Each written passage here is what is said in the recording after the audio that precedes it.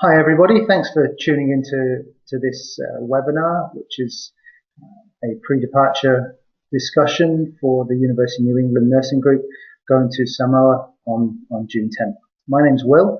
I work at the Projects Abroad office based here in Adelaide, and with me tonight I've got my colleague Duncan, who's also worked with me in the office here in Adelaide, and fortunately enough spent a few weeks earlier in the year working on one of the placements in Samoa, so he's going to be able to give you a bit of a rundown on the day-to-day stuff from first-hand experience. So the plan tonight is to go over the schedule and the plan for your time in Samoa, and also just to go through a few day-to-day things. So things like this. So looking at the schedule, talk about your accommodation, food and weather, and what to wear, and language communications, stuff like that. And of course, if there is anything that you're not sure about, we don't cover in enough depth, then you should be asking us questions about it. Right, so first things first, when you arrive, you've all got your flights booked, so when you arrive in Samoa, in the capital Apia, then you'll be met by our Projects Abroad staff. May well be Temu Kisa, who you'll see on the right of the picture, stood next to Duncan, maybe Sinead, who's on the left, stood next to Duncan's mum. Temu Kisa, or Temu as we call her, is our director in Samoa, and Sinead's her sidekick.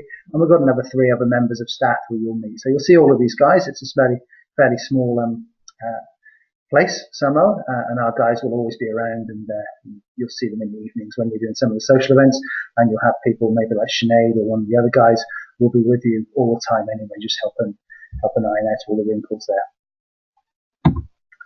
This is the first thing you'll see as you get off the plane and walk across the runway.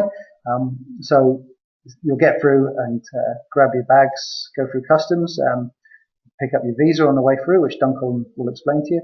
It's a pretty straightforward process. And on the other side of customs there, you'll see our staff waving a Projects Abroad sign and welcome to Samoa, big grins on their faces, and you'll be exhausted after getting up at 3 o'clock in the morning or whatever it is you need to do to get your flights. So this is Samoa. So 2 large islands and a few other little tiny ones stuck out in the middle of the Pacific. You'll be visiting both of these islands. The one on the right hand side is called Upolu. This is the smaller of the 2 islands, but by far the busier and more populated one. You'll be in the capital Apia, and then for about 3 or 4 days, or maybe a bit longer than that, because you'll have the weekend over there, you'll be over on the other island, the larger one, Savai, and somewhere around where that crosses in the little circle. Now, Samoa is not a huge country. The total population of the whole country is around about 200,000, and about 160,000 of those live on Upolu Island on the right-hand side. So Savai is a relatively large island with a very, very small population. So it's very sort of jungly, lots of lovely beauty spots, deserted beaches and stuff. So you'll enjoy yourself there over there, and the work that you do over there will be much, much more rural nature. You'll take the ferry across, and you see a little picture of the ferry in there. So the actual placements themselves are a bit of a mix of, you'll spend some time in hospitals there, one of the hospitals in Apia, the main hospital, and then the main hospital on Savai as well. We'll also be working with the community health services, part of the Samoan National Health Service, and you'll be doing outreach work with those guys. So certainly while you're on the main island, you'll split into 2 groups, and one will work in the hospital during the day, the other will be out on the road, and then we'll switch that around the next day. We'll do it that way to keep the groups nice and small, to make sure you're all plenty involved. We do run an ongoing nutrition program. Poor nutrition is a massive problem on the islands, leading to all sorts of non-communicable diseases. And so we are trying to improve the understanding and the nutrition decisions made particularly by families with young children. So you'll be a part of that, delivering some health promotion programs, possibly at one of the schools we work with, or possibly in on the community settings like the markets, where everybody will go for their shopping.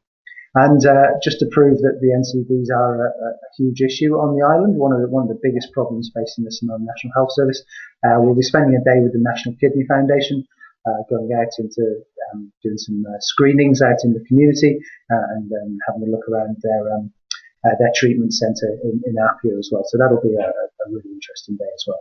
So nice and varied in terms of the settings. Just a little look at what some of the settings look like. So this Tamasesi Meoli Hospital, you'll see under the captions it says Moto Otua. That's the suburb that it's based in. The actual hospital is called Tamasesi Meoli. So quite modern looking hospitals. They seem to be quite clean, and everyone looks very business-like there.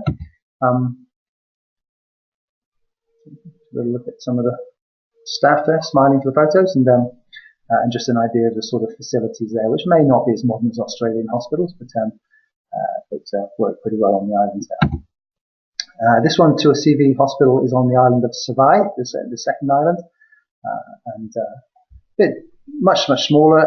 And this is the busiest hospital on the island. You say it's a very sparsely populated island.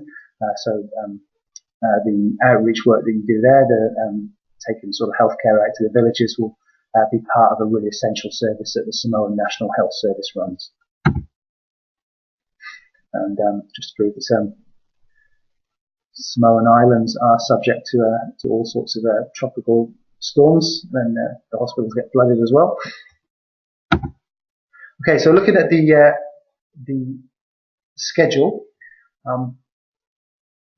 like I say, first day our guys will meet you there and help you get settled in. On the Monday, we'll spend most of the day getting the hang of Samoa, going over sort of cultural do's and don'ts, and safety do's and don'ts, making sure you've got currency, making sure you know how the Wi-Fi works, and if you want to get anything to your phone, and if you want to buy any Wi-Fi, we can sort that out, and going over some of our own sort of policies and things like where we stand with child protection policy, for example, which you'll be very familiar with, but just understand if you do see anything you're concerned about, what the procedures are. And then a little look around town. We do also want to give you a bit of an overview of how the health service works. So you'll have one of the doctors discussing sort of an overview of health service provision there, and what to expect at the placements and how to conduct yourself, and also a discussion over some of the more prevalent conditions there, the concerns that they have, and the kind of interventions they have in place. And then just to make sure that you understand how Samoa works, just want to take you to one of the beauty spots, and there are lots. So you'll need your swim gear because it'll be pretty warm there for a start, but also as soon as you see the colour of the water, I'm sure you'll just want to jump in anyway. So Tuesday's when we actually start, and this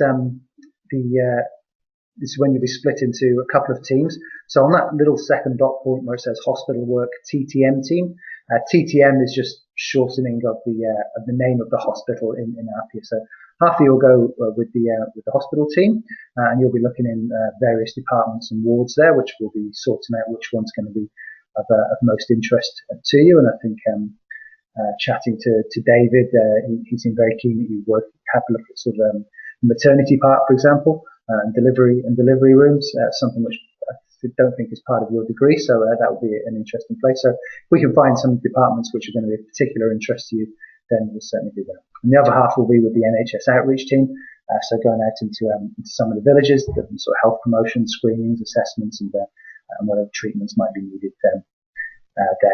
And then towards the end of the day, we want to have some debriefings with you just to check how you went, see how we can improve things for the next day. So it's a little bit of a debriefing for you to share your thoughts on the day, and for our staff to discuss with you, and Scott, who's going to be your group leader, to just make sure all the plans are right there for the next day. So Wednesday, again, very much the same as Tuesday, with the Fear night at the traditional resort. And the Fear is, I think, sort of traditional way to cook meat, in sort of buried in hot coals in the sand over a while. So it's pretty nice. It's a good evening out. You sort of, a nice sort of cooling night on the beach with a cold drink and and lots of good fresh food. So doesn't sound bad. Still in the first week, going on to the Thursday again, sort of hospital time. Thursday and Friday, so we're getting you a lot of community time and a lot of hospital time as well. So 2 days in the community each and 2 days in the hospital each. Saturday, we're going to take you over to Savai on the ferry, and we will. It's up to you. The guys in Samoa have asked me to stress a few things about Savai, so listen carefully to the next bit. So I'll try and make sure I get it right. On the Saturday, we will be putting on an optional sort of tour of the island. So some of you might just think, you know what, I'm just quite happy lying by the pool, because you will have seen on the Facebook page and the emails I've sent you around the accommodation you'll have at Savai, which is a nice resort. So you'll be staying there for the 4 nights, I think, you're in Savai. So on the Saturday, it's up to you. You can jump on the tour of the island that we'll put on. That won't cost you anything. Because of the nature of the place and weekend activities, then while you're on Savai, just over this weekend, breakfast is provided, but things like lunch and dinner and then drinks and stuff, just because there's all sorts of choices and buffets and things like that, you'll need to be responsible for covering your dinner. It's not massively expensive. It just can be massively expensive if you really push the boat out. So you'll need to be responsible for your lunch and dinner at the resort for the Saturday and Sunday. We'll be providing lunches and dinners for the other days there. And the guys there have also requested that you just take a small bag for the time on Savai, because space on the ferry is limited. So you can safely leave most of your gear back at the host family in Apia. So if you just take a weekend bag where you can have your work clothes in there and your swim costumes and your book and stuff like that, then you'll be fine. You won't need a passport to go to the other island. So just make sure you pack light for that time in Savai. I'll send an email around about that as well, just to remind you. It's just that the last group we had in Samoa, if there's any scope for confusion, it always seems to happen in Savai with people not sure what they're doing or where they're going. Basically, the weekend is your own. We're putting you up at a resort. Do what you want. That's Sunday. It's absolutely up to you. Our staff will be there as well, so they'll give you ideas about where you might want to go. But if you're happy at the pool, just relaxing, that's fine. If you want to go to the beach, they'll help you find your way around. And if you want to go a little bit further afield and go trekking through some of the jungle, then they'll help you arrange that. And at the hotel, there'll be a desk there where you can arrange these things. So there'll be lots to do, lots to choose from. You can do as much or as little as you want. I put in there church as an optional thing. Church is just very, very much the absolute glue that holds the whole island together. So if you did choose to go to the church, whether you're a regular churchgoer in Australia or not, I think it's just a wonderful cultural opportunity. It's something where everybody will be pleased you went. You'll be noticeably not Samoan in the church. And so everyone will be really pleased you come along, and they'll make a big fuss of you. And it's more than just a service. It's a real sort of community get together. So if you fancy throwing yourself into that, I think it'll be quite an experience. And again, our staff will help you find something to be a church nearby. But like I say, it's really the glue that holds the whole community together. Monday, still on Savai, so you'll be going to the hospital, which I showed you around earlier, and get an understanding how that works. And some of you will be doing outreach work, some of you will be doing ward rounds, and we're going to have some little discussions with local professionals about the nature of healthcare on the island, how to manage with a very thin population and poor roads, for example, and the sort of conditions that come up there. So it should be a good insight into things, and encourage you to ask a few questions of the guys there. Tuesday, similar, hospital and outreach work, and then a little bit of a swim in the waterfall. And then on Wednesday, again, hospital and outreach work. And on the afternoon, we'll be putting you back on the ferry, back to the other island, back to the host family, and waving goodbye to Savai. So then we've just got a couple of days left in Apia. The Thursday, we want to go out with the National Kidney Foundation. So they'll go out and be looking for people who they need to make some interventions with. So they'll do regular health checks around the villages, and perhaps following up on patients they've seen before. or perhaps looking for new patients and assessing people who may need treatment. So get involved in that, and then also back in base, back in Apia as well at their premises there. And then again, because you'll be, I guess, pretty tired by this time, it'll be quite a full-on thing. The Ocean Trench we want to take you to is just a really spectacular beauty spot there. So you should see a lot of the really famous and popular places there. And on the Friday, this should be a really, really good fun day. So I imagine it's going to be the school. That's what's proposed at the moment. So go and spend some time in the school doing health promotion, which will be based around sort of nutrition and understanding nutrition. And these are always really, really great fun days. So the kids will be sort of 6, 7, 8 years old. You'll be such a big novelty there. It'll be a really, really good fun day, obviously with a serious message. But it should be a really, really nice last day to finish up on. And yeah, so we'll be asking you over the days before just to think about how you're going to present that message and if you need any resources to do so. And our local staff who run the nutrition program year round and will help you on with some ideas. But we want you to own this and to make it your day and a really, really good fun day. It should just be a really good party to end the placement on. We're flying out early on Sunday, so Saturday's a free day, and you can wander around the town, do some shopping, just relax. Guys might arrange, if you'll fancy it, might arrange to take you off to one of the beauty spots again, just hang out. So yeah, it should just be a nice unwinding day on that Saturday. So our guys will be on top of this. They've got much more detailed plans. This is just a summary. Things may change. It does happen like that over there, but this is a plan that the guys have worked on. We really like. We've done it with a couple of groups of nursing students before. It works well in terms of, sort of the variety and the amount of work that's there and what we see. So yeah, I'm confident this will be a great program, and yeah, I'm sure you'll enjoy it. The one thing I will just add to this before I hand over to Duncan is it's really crucial that we get feedback from you. So on all of those days, you'll see it says group debrief. We really want you to know. We want you to tell us and to tell Scott, how you're going with things. If the stuff you're struggling with, if things are perhaps a little bit confronting or different from what you've seen, if that's sort of an emotional level or if it's a physical level, if you're struggling with your health, there's no medals for being heroes here. If you are feeling a little bit unwell, then tell us straight away. Our local guys will look after you, and it's better to nip it in the bud than slogging through things, because you might find the bugs there are a little bit feistier than the bugs we have in Australia. So, just a little bit of not feeling too well might quickly develop into something else. So make sure everybody wants to know how you're going. So share that, even if you don't think it's anything, just let our guys know. And if you are sort of feeling a bit overwhelmed by stuff, which is possible, with the climate, with the diet, with the new bed, being away from home, seeing lots of things which may be very, very different sometimes, which may be difficult. Again, let us know, and if a couple of hours off or an afternoon off, just taking it easy by yourself is what you need, then we want to sort of maintain you. The ultimate goal being we want you to sort of smash through the tape at the end of the placement rather than drag yourself over the line. So, just got a few other pictures of some of the settings to get a little idea of what some of it looks like. And I'm going to just hand over to Duncan in a moment. Like I say, Duncan's my colleague here, one of my colleagues who works in Adelaide, and he's spent a bit of time there earlier in the year, so he's going to go over some of the important things for you to be understanding.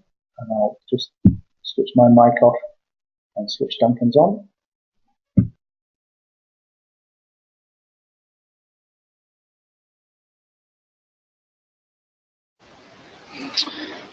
Thanks, Will. I'm hoping everyone can hear me at the moment. So my name's Duncan, as Will mentioned. Will, if you just want to shoot on the PowerPoint over to the accommodation tab, which is where I'll start. But yeah, as Will mentioned, he's been working really hard on the schedule with Temu Kiza and Sinead and the team in Samoa.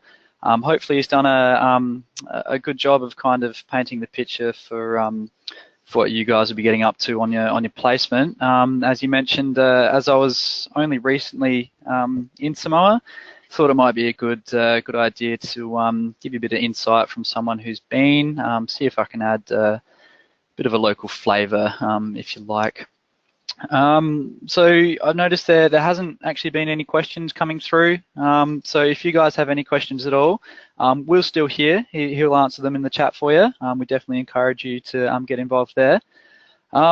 So I'll start with the accommodation, shall I? So we're going to set you up with a local host family, the Fruins. This is actually where I stayed when I was in Samoa. Tavia, who will be your host mum, she'll probably be like your actual mum.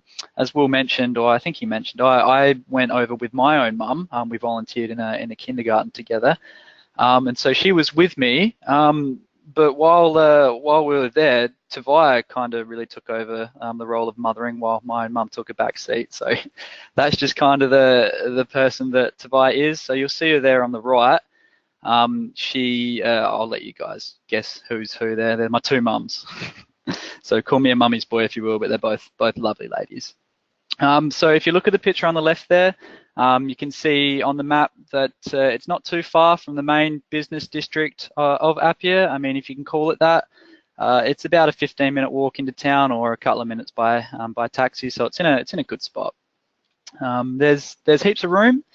It's more like a complex than a house, really. It's in a kind of a U shape. All the bedrooms are upstairs, with bathrooms, and the kitchen and living rooms are downstairs. I think there'll probably be two volunteers per room. They're plenty big enough. There's also multiple bathrooms upstairs as well, so it won't be cramped. You'll be comfortable. Don't expect your fancy king spring mattress bed from home, though. It's just a simple single bed. Honestly, you'll probably be exhausted after each day anyway. I know I was, and it did the job for me just fine. There's a fan in each room, which is enough. There's no aircon or anything. I'll speak a little bit about the climate in a couple of slides time, but basically it is quite humid. There are only cold showers available at the accommodation with the host family in up here there.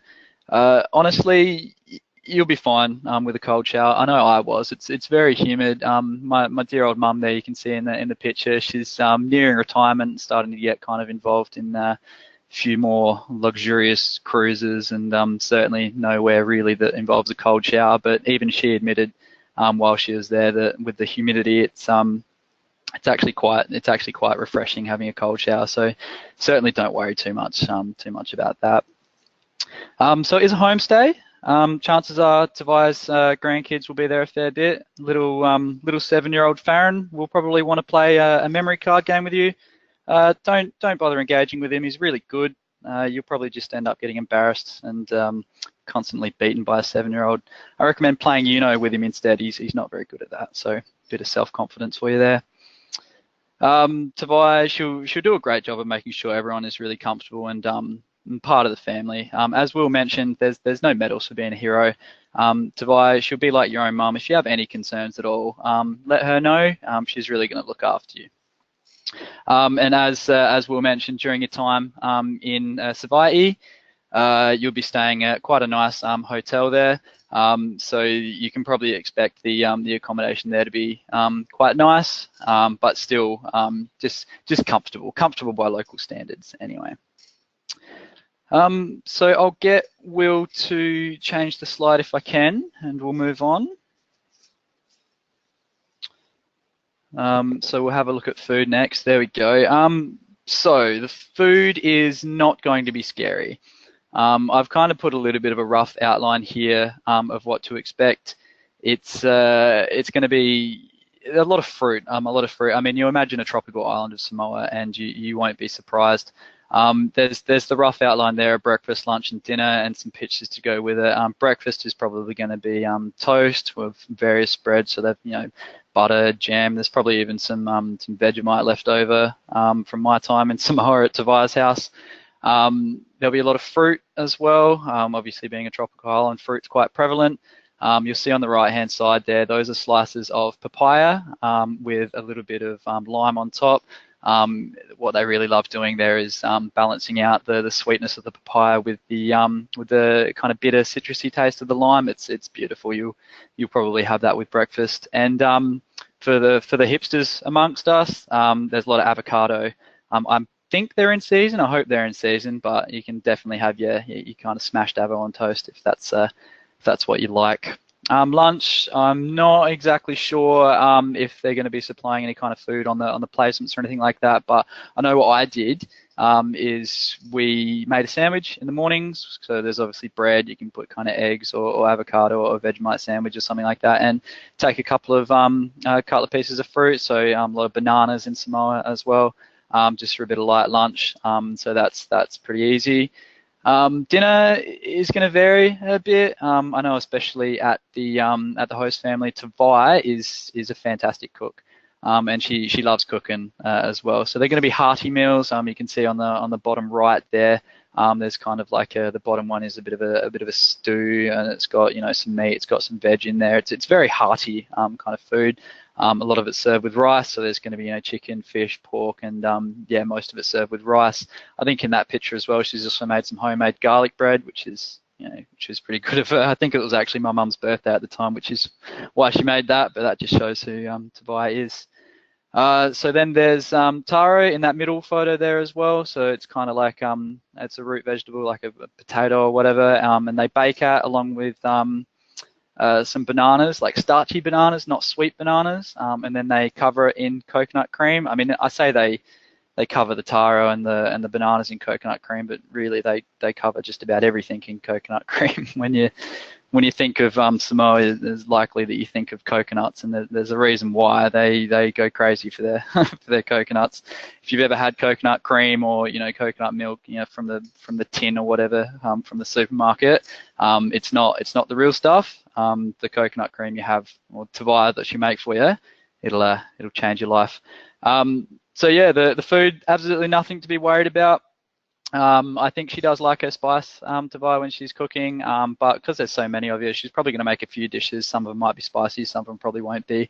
Any sort of dietary requirements as well, vegetarian, vegan, whatever, just let her know, let us know. It's completely fine. She'll look after you. So if you just want to switch to the next slide for me, Will. Climate, so I already mentioned it's pretty humid. You guys have picked a pretty good time to go. You can see that box there is the dry season, so you guys will be there during that time. I mentioned I was there a couple of months ago, so that was in February, which just so happens to be the wet season, and we did actually get stuck in the middle of a cyclone. So you guys are a bit smarter than me heading off in June. The weather's going to be really good.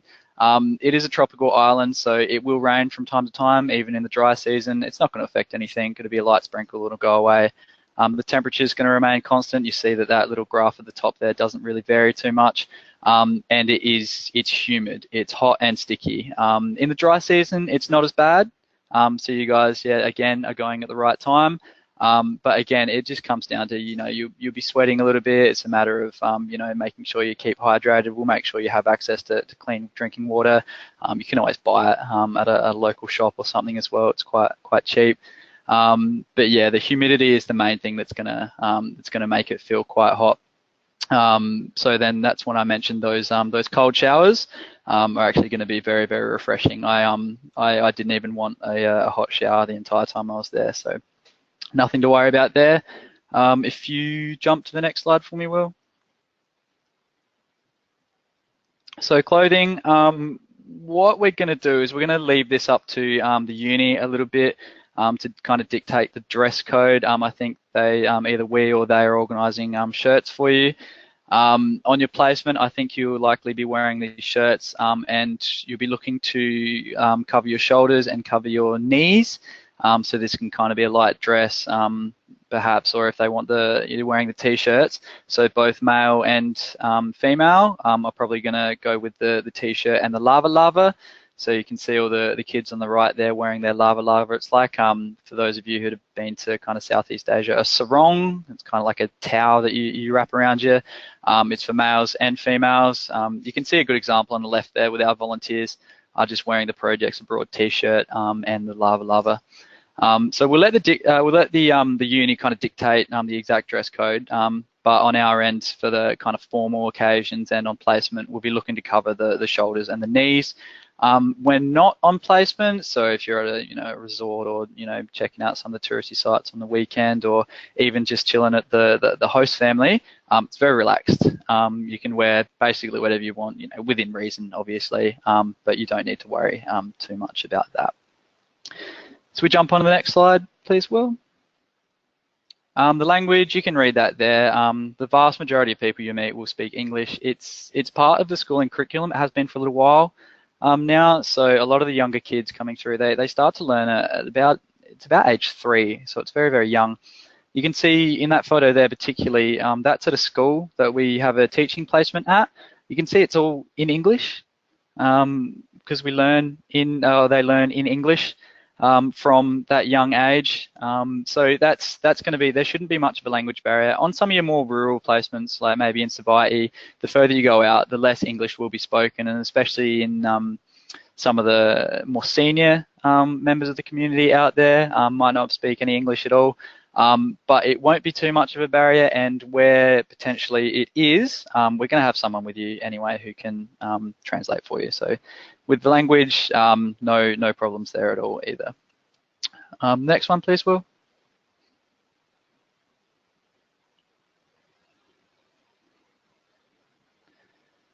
So now we've got the communication. There's no Wi-Fi at Tavai's house. I believe there is Wi-Fi at the hotel in Savaii for an extra cost. I'm not sure how good it is. You can get free Wi-Fi at most major resorts. I know there's one about 10 minutes from Tavai's house on Apollo in Apia there. It's called Thomasina Resort. It's a nice fancy resort, kind of out. It's got its own little peninsula thing. A lot of the resorts, like Thomasina in particular, are happy for you actually just to go kind of hang out there. They do ask that you don't use the pool or anything like that, but you can just kind of hang out in their social area and their bar, and just use their free Wi-Fi, which is actually pretty good. I mean, I sometimes felt like a little bit intrusive. They are happy for you to be there, but I quite often just bought like a bottle of Coke or something just to make it seem like I belonged. But you can definitely get Wi-Fi that way. We also have Wi-Fi at our office there, and so there is several places to get access to Wi-Fi. If you do particularly want access to internet, we can assist you to get a local SIM card. They're not too expensive. I think mine was about $30 when I went there. And I didn't get any sort of text or calls or anything like that. I just got the internet. I think I got about 3 gigs worth, and it actually quite surprised me. But in Apia, in the main township, it's actually got 4G. It's quite speedy, which is quite good. When you head out to rural parts of Savaii and even over to the trench that Will mentioned is on the it's on the other side of the island, you might lose range kind of thing. So don't solely rely on that. Honestly, I mean, I use a lot of kind of social media back here in Australia. I'm on Facebook and Instagram and Snapchat and that. But in Samoa, it didn't really concern me too much. There was too much going on. Like I was just kind of getting invested in the local culture, and that's kind of what we want you guys to be doing as well. So you could very easily function without any local SIM card with any internet there, and just get the free Wi-Fi at the hotel or whatever when you need to be. Those 2 companies down at the bottom, Blue Sky and Digicel, pretty much all the advertising and all the marketing you see within Samoa will be those 2 companies. They're constantly competing with each other. They're both good. They're both fine. You can choose either of them if you do want that local SIM, and our staff will certainly help you sort it out. So that's completely up to you guys. Do you want to jump to the next one? Thanks, Will. So leisure time. Now I know Will mentioned a little bit of this in the schedule. If you don't know too much about Samoa, you can kind of just get a bit of a vibe from the photos. It's a tropical island. There's a lot of swimming. There's a lot of marine life going on. There's a lot of kind of pretty scenic spots. So we're going to try and take you to a lot of them. I think Will mentioned on the first or the second day, maybe it's the second day, we're going to take you to a marine reserve called Palolo.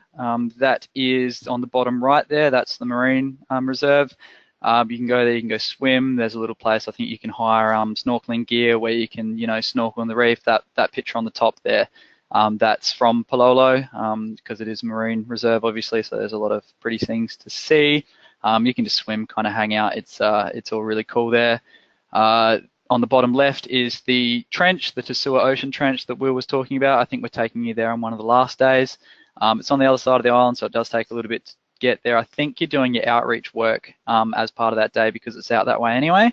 The trench is awesome. That photo, I mean, you can look at a lot of the photos on, on Google if you pop it into Google, and it looks, almost photoshopped and unreal, but that's actually what it looks like. It's really incredible. Apart from the trench there as well, it's just a really cool area as well.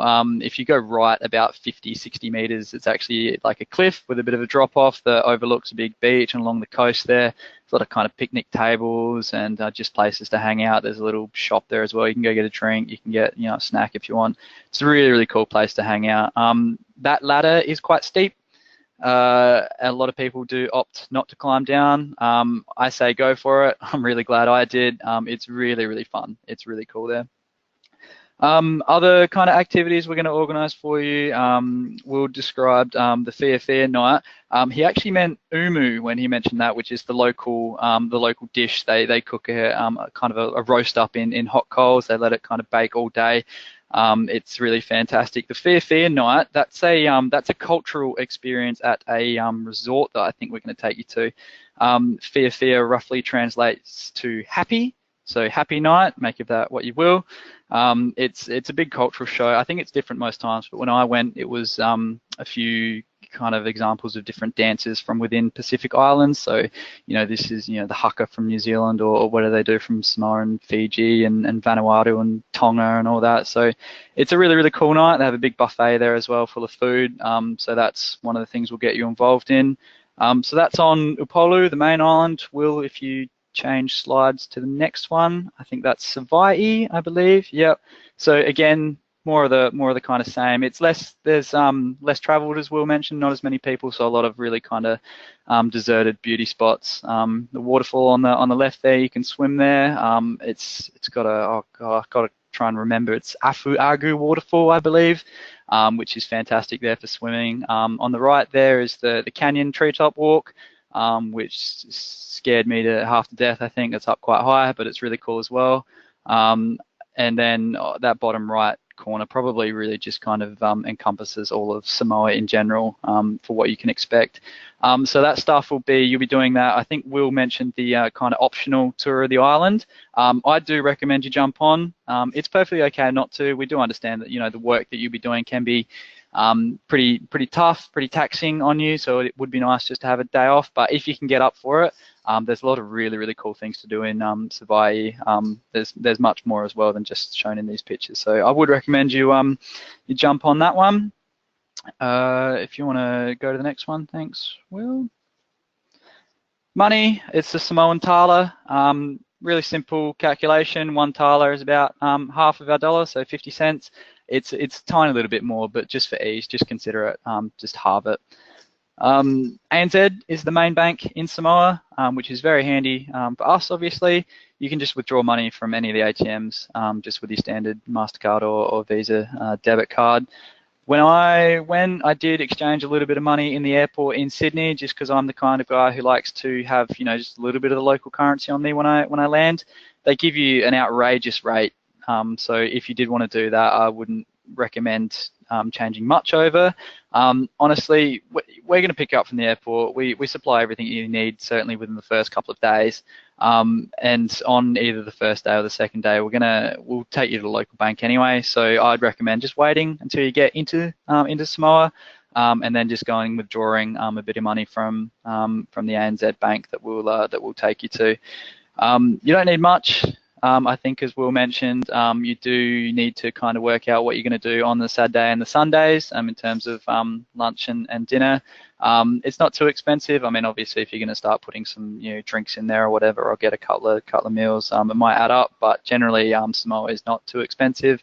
And then apart from that, it's just going to be whatever kind of, if you want to buy any souvenirs from the market or something like that, or you want to buy yourself a couple of lava-lavas for for home, or you want a bottle of water or a snack or something. Just those little things is all you're going to need the money for. It's a pretty low transaction fee as well. I can't remember exactly what it was. I think it was a couple of dollars. It's nothing significant anyway. Do you want to jump to the next slide? Thanks, Will. Visa, nice and easy. It's free on arrival for 60 days. The Samoan government, they know exactly who we are. So I'm not sure how much any of you really know about projects abroad as a whole, as the whole company, but we do work in about 30 different countries worldwide. And obviously with different countries comes different entry requirements. Some of them want us on a tourist visa, some of us want them on a work visa, some you have to pay, et cetera, et cetera. Samoa, it's a very small place. They know exactly who we are. They like who we are and what we do. So you'll have no trouble getting into Samoa that way. All you'll need is either a printout or have written down somewhere your accommodation details, because they will want to know where you're staying. We'll let you know what it is in an email, or it's probably part of your handbook, but it's Lalata by the Bridge homestay. It's actually quite commonly known within Apia as well. Tawai's got a bit of a kind of a personality within the community, which I'm sure you guys will find out. And also have a printout of your return flight details, because obviously with that 60-day visa, they want proof that you're leaving within that 60 days. So obviously you guys are, but they'll just need a bit of proof. But the actual airport where you arrive is super small, it's super easy. There's one room where you'll pick up your baggage, then you'll go straight into the next room, which is immigration. There's two big burly looking blokes with who are just going to say, hi, who are you? Why are you here? And they'll stamp your passport and you head on in and get picked up. So super easy, nothing to worry about there. And jump on the next one, Will. So we're going to go to some FAQs now, frequently asked questions. First one we usually get, what type of PowerPoint plug do I need? It's the same as Australia. Super easy, so don't worry too much about that. Is Samoa safe? Now, I have a bit of a joke about this one. You can read that sentence. Despite being inhabited by seemingly impossibly large humans with distinctive tattoos, Samoans are possibly the friendliest people you will meet, and I really mean that. So a lot of Tavai's family, like her sons, Sam and Farron, are 8'6", 300 kilo with tattoos all over them, and they can be quite kind of intimidating people. And then they're extremely softly spoken and just some of the most lovely people you will ever meet. It's really quite funny actually, but it's a very Christian nation. Will mentioned that church is kind of the glue that holds the whole island together. It really is. Yeah, it's essentially one big family, and so everyone just gets along. It's a very, very safe destination. Not once during my time in Samoa did I feel unsafe. It was, yeah, despite there being, giants walking around with tattoos. So it's perfectly fine. The one thing that I will mention is it is a developing country, so there is obviously a bit of poverty that you guys will see, and so the only crimes that we might see are going to be kind of petty theft.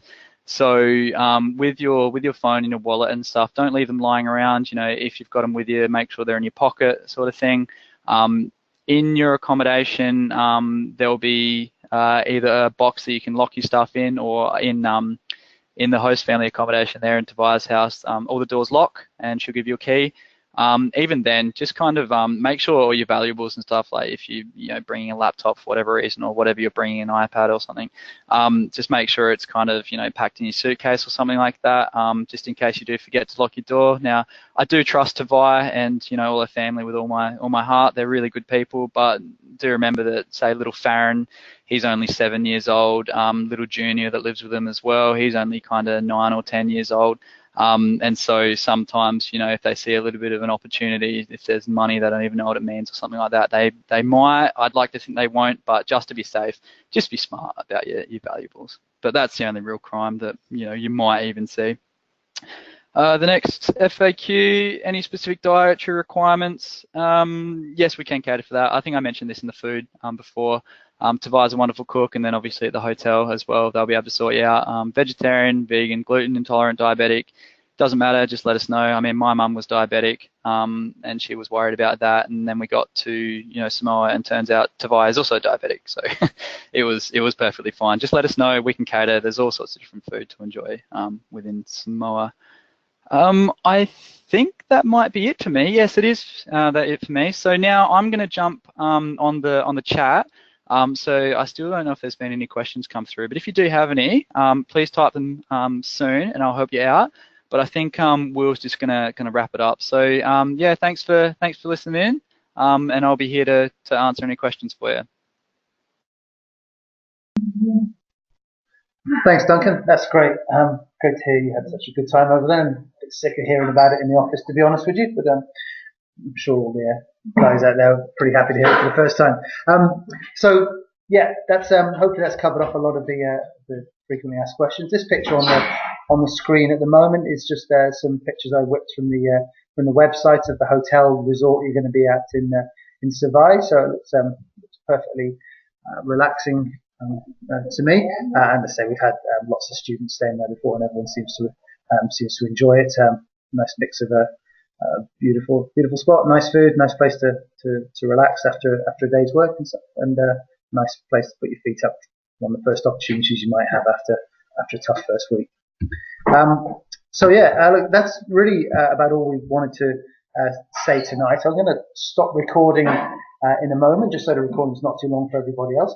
But we'll stay online. So if you do have any particular questions you want to fire across on the thing on your screen, then absolutely please do that. If not, then we'll probably just close the webinar down in a little while. But yeah, I'd like to say thanks a lot for listening in. We've still got obviously a few weeks before, it's not long now, so 2.5, 3 weeks before we go. So please remember that we're here in Adelaide on the phone, on email, via the Facebook page. Any questions, any concerns about anything, just get in touch. We want to make sure that you're as well prepared as you possibly can be before you go. But no matter how well prepared you are, just, I guess, last bit of advice is just expect the unexpected. Be prepared for anything to happen. It's a developing country. It's a very, very new culture. Lots of things will happen that you just can't imagine, and the vast majority of those are going to be great fun. So yeah, as all Australians seem to do, to travel with an open mind, and you'll find lots of people looking to make friends with you and show you around, who are very, very proud of their islands, and hope you have a really, really wonderful time. So hope we'll be in touch before you go, but thanks again for coming along tonight, and yeah, have a good evening.